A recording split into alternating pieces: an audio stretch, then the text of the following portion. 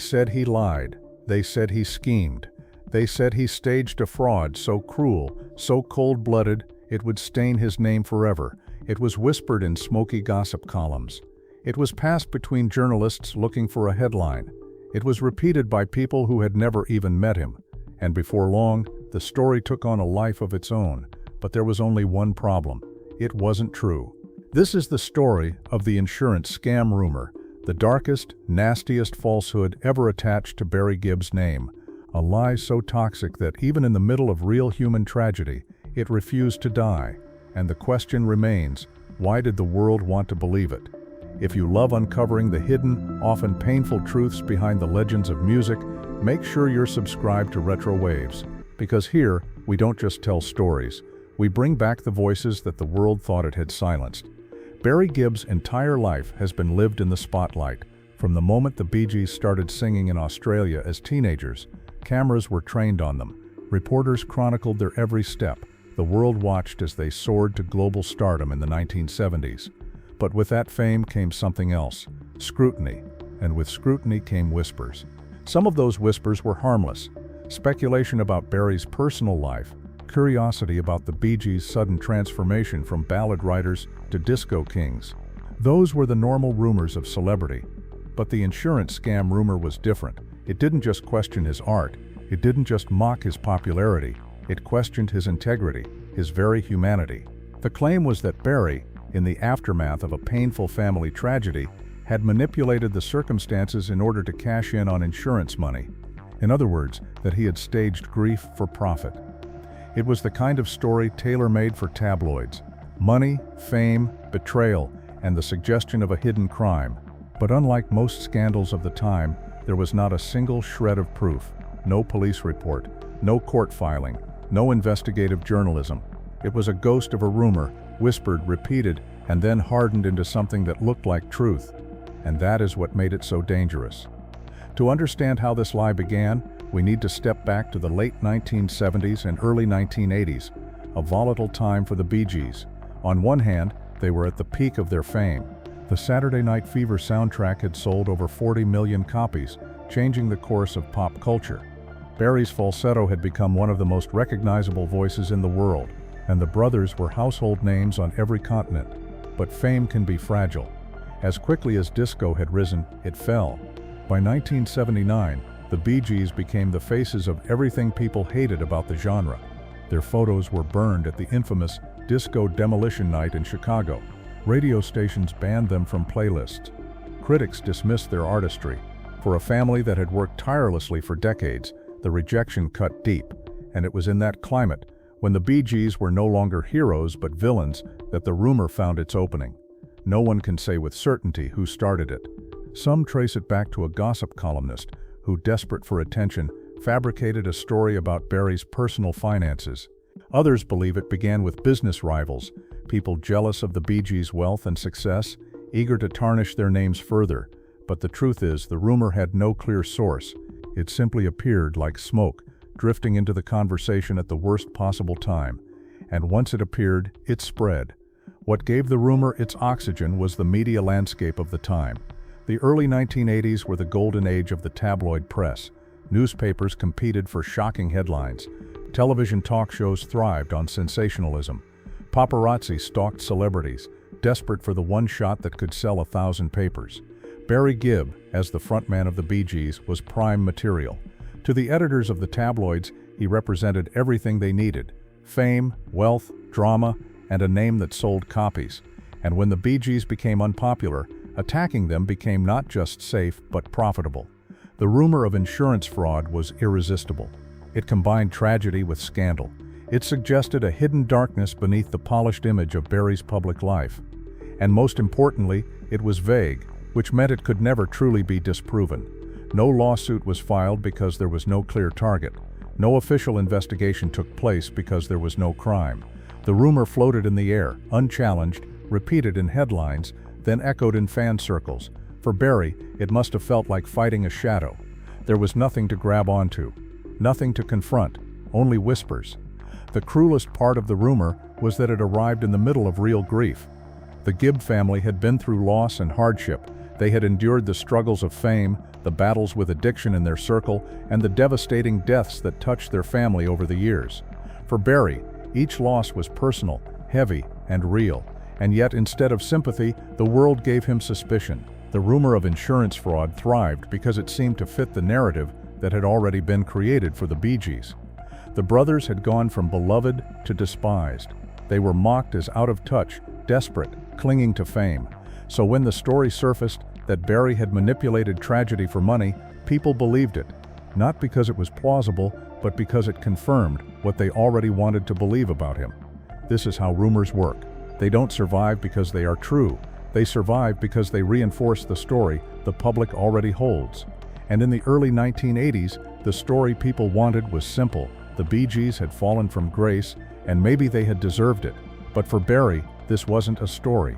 It was his life. Imagine for a moment losing someone you love.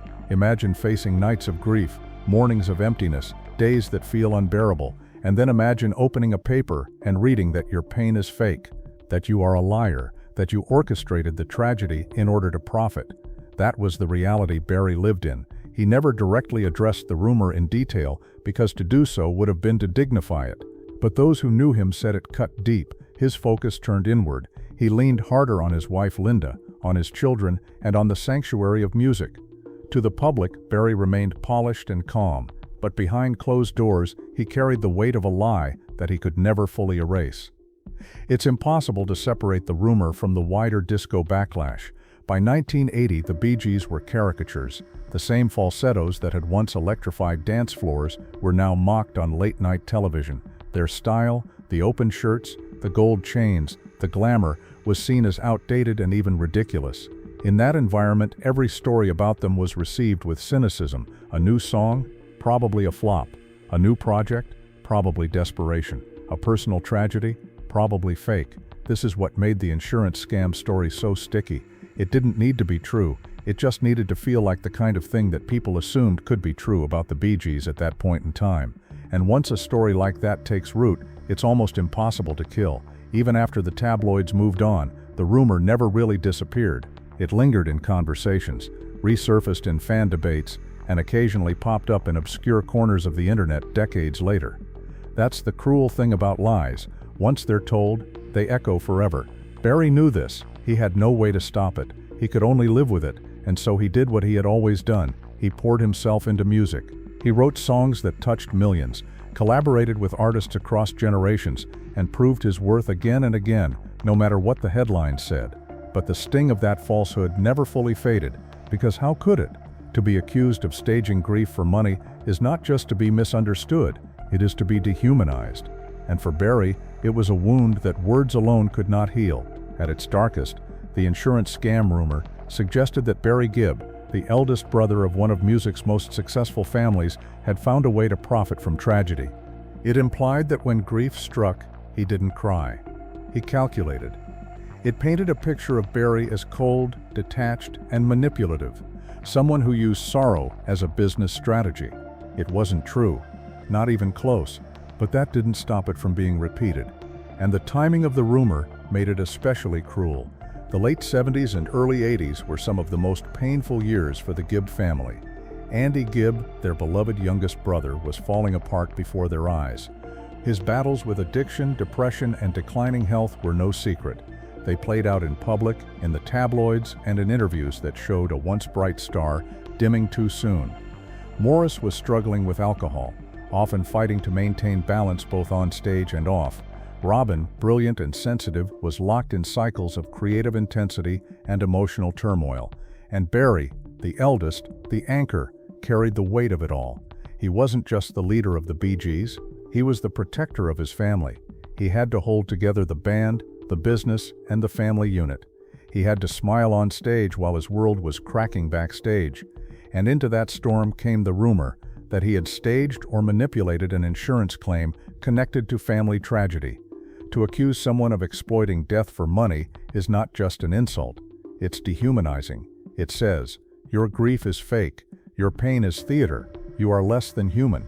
For Barry, who had always defined himself by loyalty to his wife Linda, to his children, to his brothers, the rumor struck at the very heart of who he was.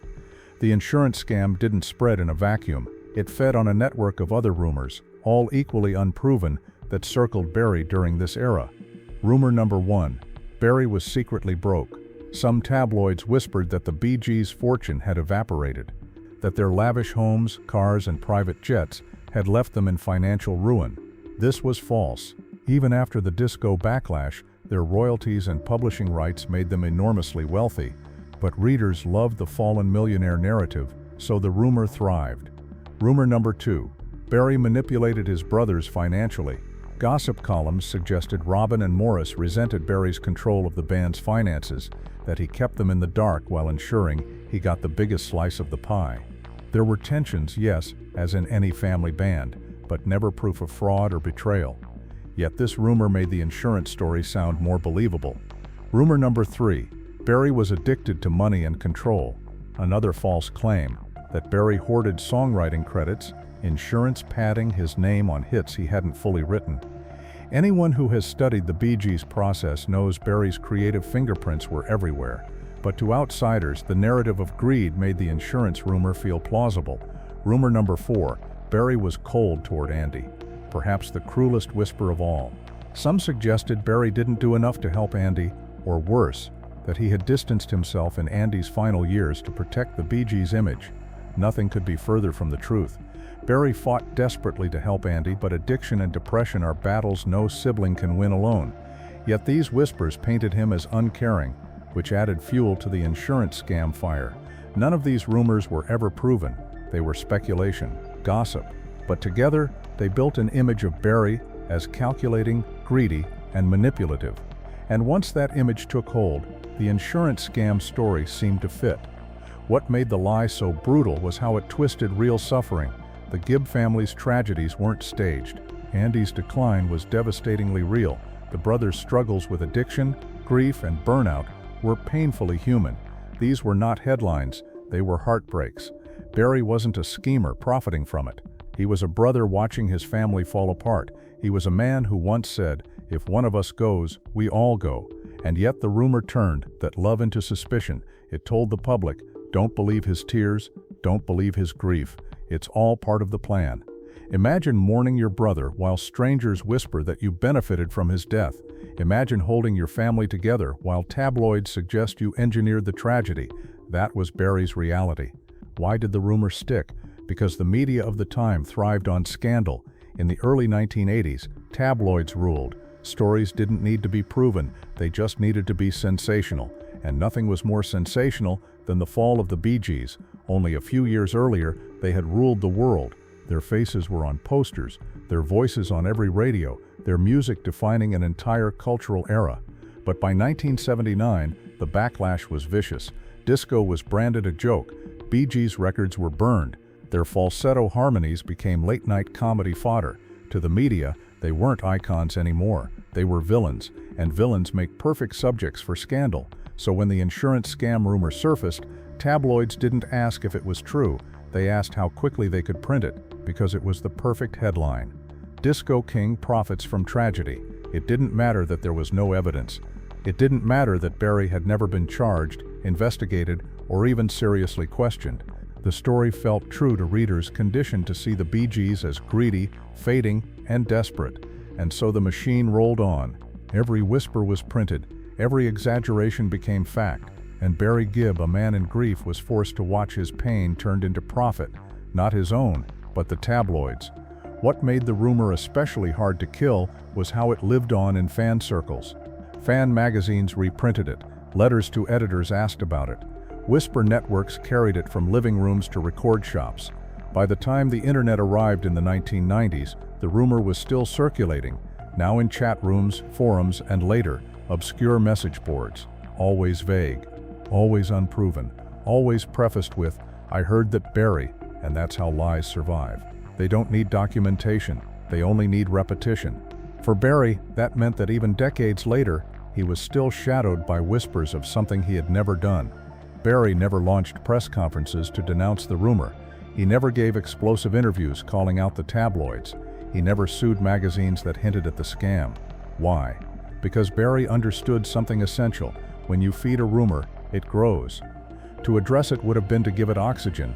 To fight it publicly would have been to validate it as something worth debating. Instead, Barry chose silence, and that silence was not weakness, it was strategy. Barry let his actions speak louder than words. While gossip columns recycled the same baseless whispers, he was in the studio, writing for the biggest voices in music. While rumors spread about insurance, he was producing Woman in Love for Barbra Streisand, Islands in the Stream for Kenny Rogers and Dolly Parton, and Heartbreaker for Dionne Warwick. Each song was a rebuttal. Each hit was proof that while tabloids could invent scandals, they couldn't erase talent. Silence for Barry wasn't surrender, it was victory. But silence doesn't mean the rumor didn't hurt. Behind closed doors, the lie took a toll. Barry was fiercely protective of his family. For him, loyalty wasn't just a word, it was the foundation of his identity. To be accused of betraying that, of profiting off tragedy, was a wound that no amount of chart success could heal. Even decades later, the sting lingered. Every time the rumor resurfaced, it reopened old grief. Every repetition forced Barry, Linda, and their children to endure whispers that should never have existed. And the tragedy is this: the family's real pain was enough. Andy's death in 1988 was devastating. Morris's passing in 2003 shattered Barry. Robin's decline and death in 2012 left him the last Gibb standing. Those losses were real. They were permanent. They needed no embellishment. Yet even amid that heartbreak, Barry was forced to contend with the ghosts of lies. That is the lasting cost of rumors. They don't just distort truth. They steal dignity. Barry's ordeal wasn't unique. He was caught in a pattern that has haunted celebrities for generations. Elvis Presley. After his death, whispers claimed his manager, Colonel Tom Parker, had staged elements of Elvis's collapse to maximize financial gain. False, but persistent. John Lennon. When Lennon was murdered, conspiracy theorists accused Yoko Ono of using his death for personal profit. Cruel, baseless, but repeated endlessly. Freddie Mercury. Even as he fought AIDS in silence, tabloids accused Queen of exaggerating his illness to boost record sales. Nothing could have been further from the truth. Barry's insurance scam rumor was part of this same cruel cycle. When icons suffer tragedy, the world twists grief into profit, and in every case, the accusations say more about society's hunger for scandal than about the people themselves. Despite it all, Barry endured. He survived not through words but through songs. He let melodies outlive gossip. He let harmony outshine rumor. While tabloids thrived on the narrative of the fallen Bee Gees, Barry built a second life as a songwriter for others. His pen carried him beyond the disco backlash, beyond the lies, beyond the insurance rumor, and slowly, history began to shift. By the 1990s, nostalgia replaced mockery. The Bee Gees were reappraised as pioneers, not pariahs. Their one-night-only concert in 1997 proved their songs were timeless. Barry's songwriting catalog became recognized as one of the richest in pop history. The rumor that once clung to him faded into obscurity, not gone, but weakened, like smoke in the wind. Because Barry's legacy wasn't scandal, it was survival. But the story is still worth telling. Not because the rumor was true, it wasn't, but because of what it reveals about us. We live in a culture that feeds on suspicion, that questions grief, that demands to know, what's the angle? What's the profit? Barry's story shows how destructive that can be. Because behind the fame, behind the spotlight, behind the falsetto, he was just a man in pain, a man who lost his brothers, a man who carried the weight of family and music for half a century. And yet when he needed compassion, he received gossip. When he deserved sympathy, he was met with suspicion. That is the real cruelty of the insurance scam rumor. Not that it existed, but that people believed it. In the end, Barry didn't need to disprove the rumor. Time did that for him. Today, when we think of Barry Gibb, we don't think of an insurance scam. We think of How Deep Is Your Love. We think of Stayin' Alive. We think of a voice that defined an era and songs that became part of our collective memory. The rumor is a shadow. The music is the light, and shadows vanish when the light shines bright enough. Barry Gibb once said, "The music is who we are. Everything else fades away." And he was right. The scandals fade, the rumors fade, the lies fade, but the music remains, always. If you want to keep uncovering the hidden truths behind legends, the myths, the rumors, and the voices that still echo, Stay with us here on RetroWaves, because the past is never really gone. It's just waiting for someone to listen.